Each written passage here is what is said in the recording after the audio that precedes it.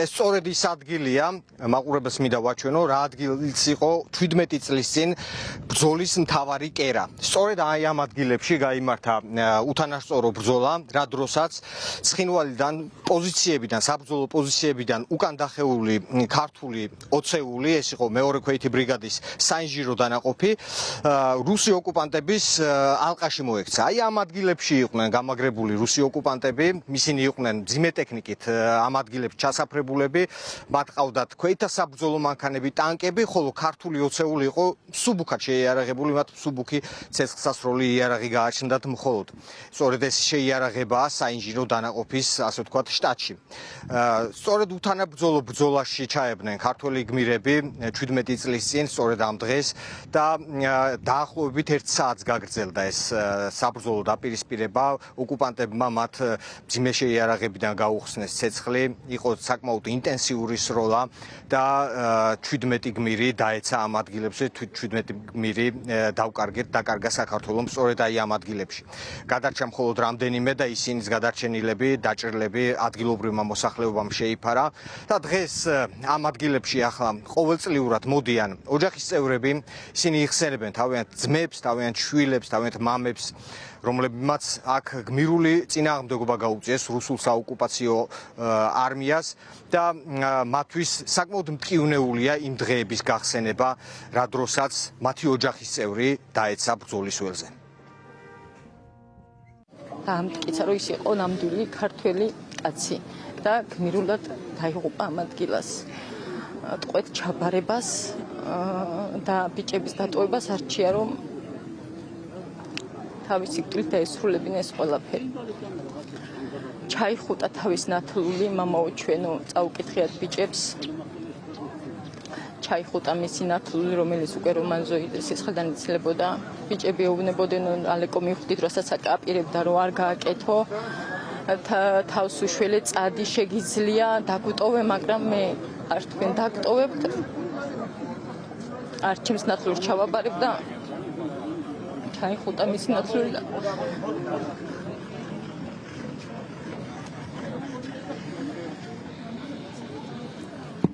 გახსნა ყუმბარა და იფეთქა თავი.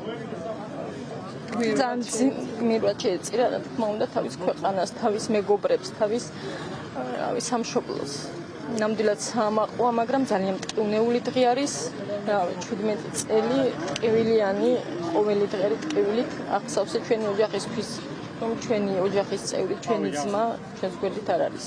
რაც ხდება დღეს აქ, ძალიან კარგია რომ მოდიხართ, ამ ბიჭებს გმირებს ანახებთ სოფლიოს რო ყავს საქართველოს გმირები და იქნება და იარსებებს კიდევ საქართველოში.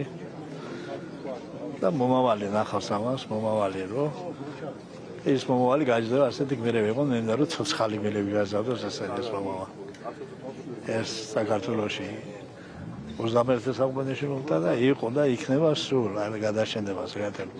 ერთი ქართველი ზოდაჩე საქართველოში ისიც იქნება ქრისტიანი მართლმადიდებელი ერთი ზოდაჩეს იგივე დაეცავს მის და მიიღეს მის წვლილს ამ ქვეყნის დაცვისათვის. ჩვენი ბიჭების სასახელოდ უნდა ითქვას, რომ მიუხედავად იმისა, რომ იღუპებოდნენ, იცოდნენ ეს, არც ერთ მათგანს ხელები არ აუწევია და სიცოცხლე არ უთხოვია მტრისთვის. არც ერთ უკან არ დაუხევია. არც ერთი მათგანი ტყვეთ არ აუყვანიათ. ისინი რა თქმა უნდა გმირები არიან სულ ყველა. აი დაუშვათ და არ გაენძრია ხელი არავის. არ ებრძოლათ. რა მოხდებოდა მაშინ, წარმოვიდგინოთ. მოხდებოდა ის, რომ მივიდოდა მტერი და სულ ყველას ერთიანად გაანადგურებდა. თუ არადა, უნდა ეწიათ ხელები ყველას და სამართლოდ ჩაბარებოდნენ ტყვეთ. აი რამ ხელა ლაქა ჩამოგურეცხეს ამათმა. ძალიან დიდი საქმე გააკეთეს. დიდი გმირობა, ამაზე მეტი აღარ შეიძლება. ახლა თქვენ ჩემს უკან კადრში ხედავთ შინდისის გმირების მემორიალს, რომელიც რამდენიმე წლის წინ აღიმართა. მემორიალი კარგად ასახავს იმ ბრძოლის ხასიათს, აქ არის გამოსახული 17 დაცემული მებრძოლი, ერთმანეთზე ხელჩაჭიდებულნი, რომლებმაც მედგარი წინააღმდეგობა გაუწია რუსულ საოკუპაციო არმიას. და აქ ერთი მნიშვნელოვანი დეტალი. იმ დღეებში გახდა ცნობილი, რომ რუსულ არმიას არ ეგონა, რომ ესეთ მცირე დანაყოფთან ჰქონდა მათ ასე ვთქვათ საბრძოლო დაპირისპირება, მათ დახმარებაც კი მოითხოვეს. ისეთი მედგარი წინააღმდეგობა გაუწია მოკლედ ჩვენმა ჯარისკაცებმა. დღეს მემორიალთან პოლიტიკოსებიც მოვიდნენ. აქ ქართული ოცნების წარმომადგენლებიც იყვნენ მოსულები, მაგალითად ირაკლი კობახიძემ გაიმეორა კვლავ იგივე, რომ 2008 წლის ომში თავარი ასე ვთქვათ პასუხისგებლობა ომის დაწყებაზე ეკისრება წინა ხელისუფლებას და ისინი აცხადებენ ქართული ოცნების წარმომადგენლები, რომ რუსეთი მართალი არის ოკუპანტი, თუმცა ამ ომში, ამ ომის დაწყებაში პასუხისგებლობა ეკისრება წინა ხელისუფლებას. ჩვენ შეგვიძლია მოვისმინოთ მათი კომენტარი.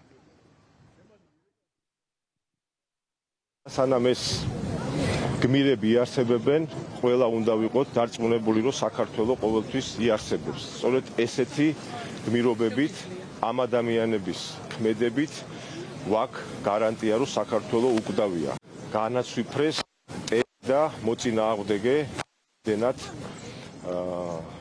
სამაგალითო ასე ვთქვათ გმირობა ჩაიდინეს. კიდევ ერთხელ დიდება და პატივი მათ ხსოვნას. და ყველას გვაქვს ჩვენი წილი პასუხისმგებლობა და ყოველთვის უნდა გვახსოვდეს ამ ბიჭების გმირობა თვითონ ჩვენთაგანს, რომ მაქსიმალური პასუხისმგებლობით მიუძგეთ ყველა ჩვენთაგანი ჩვენი სამშობლოს ინტერესებს, ჩვენ ეროვნულ ინტერესებს. ეს არის აუცილებელი, ეს არის გამაერთიანებელი მათი.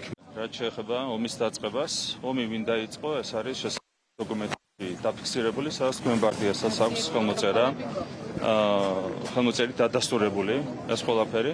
ეს არის ევროსაბჭოს რეზოლუცია, ეს არის სტალინელის დასკვნა და ეს არის თავად თქვენი პრეზიდენტის მიხეილ სააკაშვილის საუბარია იმაზე, რომ რეალურად სააკაშვილის რეჟიმმა დაიწყო ომი. 2018 წლამდე ამ რეჟიმის წარმომადგენლები და ამ პარტიის წარმომადგენლები ვერც ბედავდნენ იმაზე საუბარს, რომ მათ არ დაუწყიათ ომი. ამ ტერიტორიას აქ არსებულ შენობებს დღემდე ატყვია ამ საბრძოლო დაპირისპირების კვალი. ახლა თქვენ ჩემს უკან კადრში ხედავთ შენობას, რომელიც ერთ-ერთი ობიექტი იყო, სადაც გამაგრდნენ ქართველი სამხედროები და გამართეს მათი უკანასკნელი ბრძოლა. ბრძოლა ქვეყნის დასაცავად. დღეს ოჯახის წევრები, აქ მოსული საზოგადოება, აქ მოსული ხალხი, მათ შორის უბრალო მოქალაქეები მნიშვნელობას უსვამდნენ ამ ბრძოლის და ამ თავგანწირვის და რომ სწორედ ამ თავგანწირვამ და 17 ბიჭის გმირულმა ბრძოლამ დიდი საქმე გააკეთა ქვეყნის დაცვის საქმეში და იმ წინააღმდეგობის გაწევის პროცესში, რა წინააღმდეგობაც 17 წლის წინ საქართველოს შეიარაღებულმა ძალებმა რუსეთის საოკუპაციო არმიას გაუწიეს.